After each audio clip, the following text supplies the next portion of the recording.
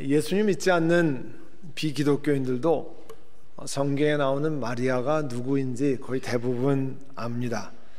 근데 교회가 예수님 이 땅에 오셔서 승천하시고 부활하시고 승천하신 이후에 이제 교회가 철치가 시작됐는데, 역사적으로 이제 가톨릭 교회가 마리아에 대해서 성경에 없는 것을 교리라, 닥트린은 본질적으로 중요한 가르침이라 그런 뜻이죠. 이것을 가르쳐 왔습니다.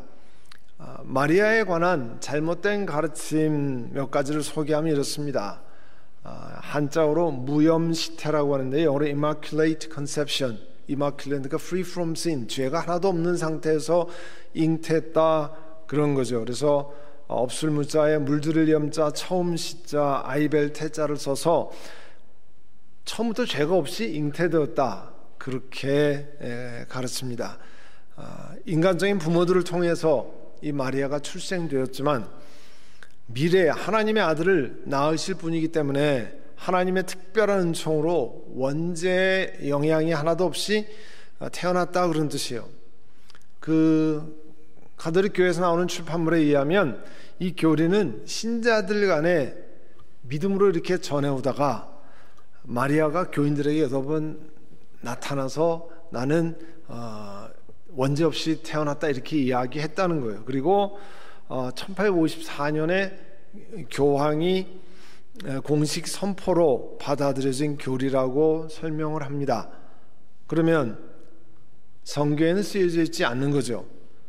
그런데 가톨릭 교회가 신도들이 믿어야 할 교리, 닥트린으로 선포한다는 겁니다. 그러나 성경 말씀에 로마 3장 23절에 뭐라고 되어 있습니까? 모든 사람이 죄를 범하였음에 하나님의 영광에 이르지 못하더니, 예수님 제외하고는 이 땅에 죄 짓지 않으면서 태어난 사람이 아무도 없다, 이렇게 말씀하고 있습니다. 두 번째 또 다른 가르침이 영원한 동정녀다, Mary's perpetual virginity라고 영어로 하는데요, 마리아는 죽을 때까지 처녀로 남아 있었다는 겁니다. 그런데 성경에 보면 마태복음 13장 55절에 예수님이 향해서 요셉의 아들, 목수의 아들이 아닌가, 그의 어머니는 마리아라고 하고 그 아들 이름이 야고보, 요셉, 시몬, 유다, 그러니까 육체적으로 따지면 그 예수님의 남자 동생들이 이렇게 있고 또 그의 누이들, sisters, 그러니까 앨리스트 2명의 그 누이가 있다고 하는 사실을 성경은 기록하고 있습니다. 그러니까 마리아가 여러 자녀들을 낳았는데 사망할 때까지 동정녀였다, 이런 것은 성경의 근거에서 전혀 우리가 받아들일 수 없는 거죠. 또 하나 승천설이라고 있어요. The Assumption of Mary라고 하는데, 예수님이 승천하신 것은 ascension이라는 단어를 쓰고요, Mary는 assumption이라, 하나님이 그 마리아를 이렇게 받아들였다, 그냥 죽음 없이, 그렇게 얘기합니다. 그래서 가톨릭 교회에서 그 8월 15일을 성모 승천 대축일로 이렇게 지키는데, 거기서 이렇게 가르쳐요. 원죄에 물들지 않고 평생 동정이신 하나님의 어머니 마리아가 지상생활을 마친 다음에 육신과 영혼이 함께 천상 영광으로 하늘로 들려져 올린 것이다. 성경에 기록된 건 물론 아니죠. 그 가톨릭 교회 출판물에 의하면 사람들이 수많은 요청에 의해서 1950년에 교황에 의해서 교리로 선포되어진 겁니다. 그러니까 성모 승천설 교리는 지금부터 공식적으로 선포된 70여 년밖에 되지 않았어요. 이렇게 마리아를 숭배하는 것에 대해서 우리 리포메이션 종교개혁 이후에 개신교는 그것을 완전히 이제 인정하지 않기 때문에 마리아를 무시하는 지경에 이르기까지 했습니다. 그러나 오늘 우리가 읽은 누가복음의 마리아에 대한 성경 말씀을 잘 살펴보면 마리아가 하나님 앞에 어떠한 사람이었다고 하는 것을 알 수 있어요. 오늘 26절에 보면 그 뒤로 6달이 되었을 때 무슨 뜻이냐면요, 마리아의 친척인 엘리사벳이 있는데 그 엘리사벳이 나이가 많은데 기적적으로 잉태를 했습니다. 거기서 잉태 출산한 세례 요한, 존 더 배프티스트잖아요. 그런데 그렇게 해서 6달이 된 때 그런 뜻이에요. 하나님께서 천사 가브리엘을 이스라엘의 북쪽인 갈릴리 지방 나사렛으로 보내셨습니다. 그 동네에 마리아라고 하는 처녀가 있었는데 그 처녀에게 나타난 거예요. 그 마리아가 다윗 가문에 속한 요셉이라는 청년과 약혼을 했습니다. 우리가 아는 것처럼 고대 유대인들의 그 결혼 풍습은 정혼을 하면 법적인 구속력이 있었지만 각자 자기 집에 가서 1년 동안 살다가 그동안은 잠자리를 하지 않고 그 다음에 성대한 결혼식을 했습니다. 28절에 보면 천사가 마리아에게 이렇게 말합니다. 기뻐하여라, 은혜를 입은 자야, 주님께서 그대와 함께 하신다. 마리아가 이 말을 듣고 천사의 말을 듣고 무척 놀랐습니다. 아니, 은혜를 입은 자야, 그게 무슨 뜻인가? 30절에 보면 천사가 다시 한번 마리아에게 말합니다. 두려워하지 말아라, 마리아야, 그대는 하나님의 은혜를 입었다. 그대가 잉태해서 아들을 낳을 터인데 그 이름을 예수라고 하여라. 예수. 하나님이 사람에게 아무 대가 없이 일방적으로 선물을 주는 걸 은혜라고 그러죠. 그 그리스 말로 카리스라고 하는데요. 그러면 하나님의 은혜를 입은 자란 무슨 뜻일까? 하나님께서 그리스도 메시아의 어머니로서 마리아를 택하고 그를 사용하셨다. 그랬기 때문에 은혜 입었다. 그렇게 표현을 합니다. 마리아가 어떤 특별한 일을 했기 때문이 아니고 마리아는 중요한 사람이기 때문에 선택을 받았다는 내용도 하나도 나와 있지 않습니다. 사실 마리아는 거기 마리아가 누군지에 관한 내용이 별로 거의 다른 데 나와 있질 않아요. 천사 가브리엘이 계속 마리아에게 전합니다. 이제 태어난 아들은 위대하게 되고 더없이 높으신 분의 아들이라 불릴 것이다. 그리고 하나님께서 그에게 조상 다윗의 왕위를 주실 것이다. 계속 이스라엘 사람들 구약에 예언된 거에 하면 다윗의 왕가 속에 메시아 크라이스트가 태어난다, 이런 이야기를 들은 똑같이 천사가 그렇게 전합니다. 그런데 34절에 보면 마리아가 천사에게 진지하게 묻습니다. 제가 남자를 알지 못합니다. 제가 처녀인데 어떻게 아이를 낳겠습니까? 이게 불가능하다는 얘기를 한 거죠. 그때 천사의 대답은 성령이 그대에게 임하시고 더없이 높으신 능력이 그대를 감싸줄 겁니다. 사람의 능력으로 하는 게 아니라 하나님이 하신다고 하는 것을 말씀하고 있습니다. 마리아가 천사로부터 엄청난 이야기를 들었습니다. 그렇지만 그 이야기를 듣고 난 다음에 아마 잠깐이라도 고통스러운 시간이 있었을 거예요. 아니, 내 약혼자 요셉에게는 뭐라고 이야기할까? 그 이야기를 들으면 얼마나 낙심을 하고 놀랄까? 또 사람들이 내 배가 불러오는 것을 보고 나를 가만히 놓아두겠는가? 혹시 내가 사람들의 돌에 맞아 죽진 않을까? 실제로 우리 마태복음에 보면 마리아가 잉태한 걸 알고 임신한 사실 알고 어떻게 합니까? 요셉이 가만히 파혼하려고 그러잖아요.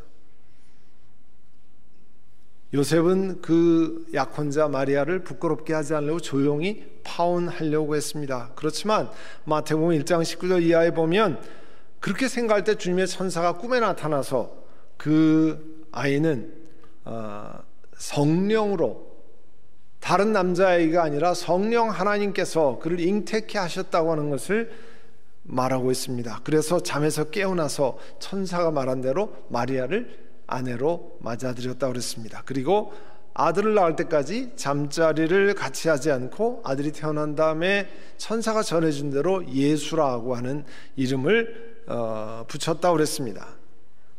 실제로 마리아가 걱정하는 일이 일어났잖아요. 요셉이 이 천사가 나타나지 않았으면 파혼을 했을 겁니다. 그런데 하나님께서 막으신 거잖아요. 이제 가브리엘 천사가 마리아에게 전합니다. 하나님께는 불가능이 없느니라.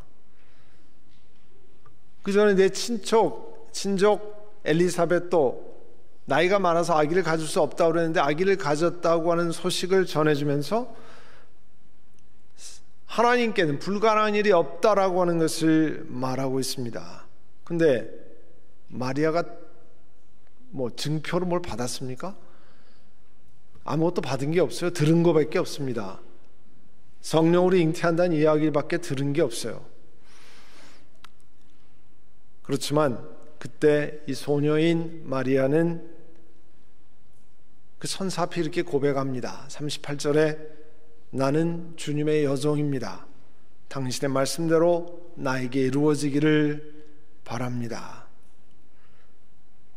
분명 성령의 능력으로 잉태해서 출산하는 것, 하나님의 특별한 선택, 특별한 은혜입니다. 그러나 마리아가 자기가 앞으로 당할 어려움, 요셉과의 관계 이런 걸 생각하면 자기 앞길이 환히 이렇게 생각이 되잖아요. 잠깐만 생각해봐도. 그렇지만 뭐라고 고백하냐면 당신의 말씀대로 이루어지기를 바랍니다. 고백을 천사 앞에 했어요. 그러나 실제로는 하나님 앞에 드린 위대한 믿음으로 드린 순종의 고백이잖아요. 마리아도 천사의 말을 따라서 내가 그거 도저히 할 수 없습니다. 그 귀한 건 아는데 나는 그렇게 못하겠습니다. 여러 가지 이유를 말하고 난 도저히 못하겠습니다. 할 수 있었을 겁니다. 그렇지만 주의 말씀대로 내게 이루어지기를 원합니다. 믿음으로 고백했습니다. 우리 모두는 오늘 이 시간에 예배드리는 모두는 예수님을 우리 생명의 구세주라고 고백합니다. 영원한 사망에서 건지신 구세주라, 이 세상을 만드신 창조주고 온 세상을 통치하시는 분이라 그렇게 고백합니다. 그러나 예수님께서 말씀을 통해서 우리에게 말씀하실 때 우리는 그거는 제가 못합니다. 그거는 제가 여력이 없고, 그거는 제가 돈이 없고, 그건 제가 시간이 없고, 그렇게 해서 하지 못한다고 이야기하는 경우가 많지 않습니까? 하나님이 놀라운 은혜를 주셨지만 그래도 나는 그건 못합니다. 그런 시간들 우리 삶에서 돌아볼 수 있습니다. 우리가 섬기는 교회를 Body of Christ, 그리스도의 몸이라 그렇게 말하잖아요. 고백하잖아요. 그런데 교회를 섬기는 일보다 내게 뭐가 더 유익한가, 내가 교회 출석하면 뭐가 더 베네피셜한가, 나한테 베네핏이 뭐가 있는가, 이거를 먼저 따져보기가 쉽습니다. 우리 그리스도인들은 다 은혜 얻는 것을 사모합니다. 내게 은혜가 있었으면 좋겠다. 하나님의 은혜가 있었으면 좋겠다. 하나님께 축복을 많이 베풀어 주실 것을 기대합니다. 나에게 좋은 일이 좀 연달아 이렇게 좀 일어나면 좋겠다 생각을 합니다. 주로 내가 원하는 방향으로, 하나님의 뜻이 이루어지는 게 아니라 내가 원하는 길이 좀 이루어졌으면 좋겠다고 생각할 때가 많이 있습니다. 그런데 오늘 마리아가 천사에게 뭐라고 고백합니까? 하나님 말씀대로, 하나님의 뜻대로 저에게 이루어지기를 바랍니다. 어린 소녀 마리아의 순종 때문에 예수님이 사람이 돼서 이 땅에 오셨습니다. 이 세상에 전무후무한 일이 일어났습니다. 동정녀 마리아의 몸에서 하나님이신 예수님이 태어나신 겁니다. 하나님께서 사람의 모습으로 이 땅에 오셨습니다. 그것은 예수님을 통해서 우리의 영원한 사망의 죄를 용서하시기 위해서 예수님이 이 땅에 보내셨습니다. 우리 인생을 위한 세상 어떤 것과도 비교할 수 없는, 감히 비교가 되지 않는 세상 최고의 선물인 예수 그리스도가 마리아의 순종을 통해서 일어났습니다. 그러나 마리아는 그 일생을 예수님의 어머니로서 예수님의 고난과 고통과 십자가에 못 박은 것을 바라보는 고통을 감내해야 했습니다. 이 자리에 오늘 예배드리신 많은 분들, 하나님 주신 은혜를 체험하신 분이 많습니다. 하나님의 신비한 비밀인 예수 그리스도를 구세주로 영접하고 그 감격과 기쁨으로 신앙생활하는 분 많이 있습니다. 그리고 하나님께서 우리에게 많은 말씀을 주셨습니다. 성경 말씀을 통해서 1차적으로 주시고, 또 예배 드릴 때 저와 다른 목사님들을 통해서 설교 시간에 하나님의 뜻을, 말씀을 주셨습니다. 그러나 내가 보기에 그 말씀을 따르면 손해보는 것 같은 건 뒤로 하고, 순종하면 꼭 나만 고생하는 것 같아서 그런 거 하길 별로 기뻐하지 않는 경우가 많이 있습니다. 우리 교회와 동료하시는 한센 사역을 하시는 양한갑 선교사님, 지난번에 9월 달에 여기 오셨잖아요. 이 강단에서 설교하시면서 직접 자기 입으로 고백하셨어요. 제가 알츠하이머 환자입니다. 치매 판정을 받고 약을 많이 먹습니다. 이렇게 고백했어요. 그분이 제 사무실에서 이렇게 얘기했어요. 이제 치매 검사를 할 때 인지 능력 테스트, 그 cognitive ability를 이렇게 체크하잖아요. 그렇게 하는데 자기가 너무 당황스럽더라는 거예요. 그 테스트 하는 분이 너무 당황하지 마십시오. 다 그렇습니다. 이렇게 얘기하는데 왜 그랬냐면 자기가 너무 쉬운 산수가 안 되더라는 거예요. 예를 들면 뭐 5 더하기 7 이게 안 되더라는 거예요. 셈이. 제가 너무 당황하니까 거기 있는 분이 이렇게 당황하지 마십시오. 그 증상이 그런 겁니다. 이렇게 이야기를 하더라는 겁니다. 그분이 뭐라고 그러셨냐면 양 선교사님이 제가 오늘까지 사역을 하고 내일 기억이 나지 않아서 사역을 하지 못하면 하나님 제가 여기까지인 줄 알고 그때 갈 때까지 달려갈 때까지 최선을 다해서 생명을 들여서 달려가겠습니다. 저한테 제 사무실에서요 우시면서 얘기했어요. 불과 2-3달 전이잖아요. 어제 저녁 제가 설교를 정리하고 있는데 선교 통신을 보내왔습니다. 한국 시간으로도 토요일 어느 성모병원의 뇌신경과 교수, 그러니까 뉴로사이언스 교수죠. 이렇게 말했답니다. 뭐 그분이 선교사 이런 건 잘 모르니까 선생님은 이제 치매 환자가 아닙니다. 오늘부터 치매약을 복용하지 않아도 됩니다. 의사 앞에서요 양성교사님이 할렐루야 하나님 감사합니다 이렇게 외쳤대요. 왜 의사가 그런 얘기를 하냐면 8개월 전에 인지검사 능력검사와 얼마 전에 했던 인지검사와 너무 차이가 많이 나서 의사가 그렇게 얘기를 했다는 거예요. 그리고 이 메디컬 레코드를 프루프를 하려고 그러면 의사 선생님이 PET-CT, PET-CT를 찍읍시다. 그래서 지난 3일날 PET-CT를 찍고 토요일날 그 2가지 영상을 가지고 이 의사 선생님이 그 교수가 설명을 하더라는 거예요. 과거 사진은 당신이 알츠하이머로 뇌 4분의 1이 쪼그라들었습니다. 마치 타이어 펑크랑 이렇게 타이어가 쪼그라든 것처럼 뇌가 쪼그라들었습니다. 그런데 지금은 그 손상된 부분이 모두 되살아나서 정상인의 뇌가 되었습니다. 기적이 일어났어요. 자기도 너무 감격스럽고 전철 타고 오면서 감사하다가 도대체 어떤 일이 일어난 걸까 질문하다가 생각난 일을 그 글에 적었습니다. 지난 9월 우리 교회도 오셨지만 미국으로 선교 집회를 떠나기 전에 이 수액 부작용으로 쓰러져 누워있을 때 하나님의 음성을 분명히 자기가 들었다는 겁니다. 하나님께서 나만 믿으라 그리고 가라 하셔서 그 말씀을 믿고 죽으면 죽으리라고 하는 믿음으로 미국으로 왔답니다. 그때 몸이 굉장히 하여튼 약하셨어요. 그런데 그 순종을 보시고 하나님께서 응답해 주시는 거라 믿습니다 고백하셨습니다. 할렐루야. 하나님께서 놀랍게 제가 그 설교 이렇게 정리하면서 너무 깜짝 놀랐어요. 그리고 오늘 우리 교인들에게 말씀드려야 되겠다. 그리고 오후에 제가 그거를 카톡으로 정리해서 다 구역이나 선교로 여러분이 읽으실 수 있도록 기본 내용은 지금 말씀드렸지만 그렇게 보내드리려고 합니다. 하나님은 하나님이 주시는 은혜를 얻은 자에게 하나님이 요청하시는 게 있어요. 디맨드 하시는 게 있어요. 사도 바울께서 뭐라고 그랬어요? 나는 십자가 앞에서 날마다 죽노라 고백을 했잖아요.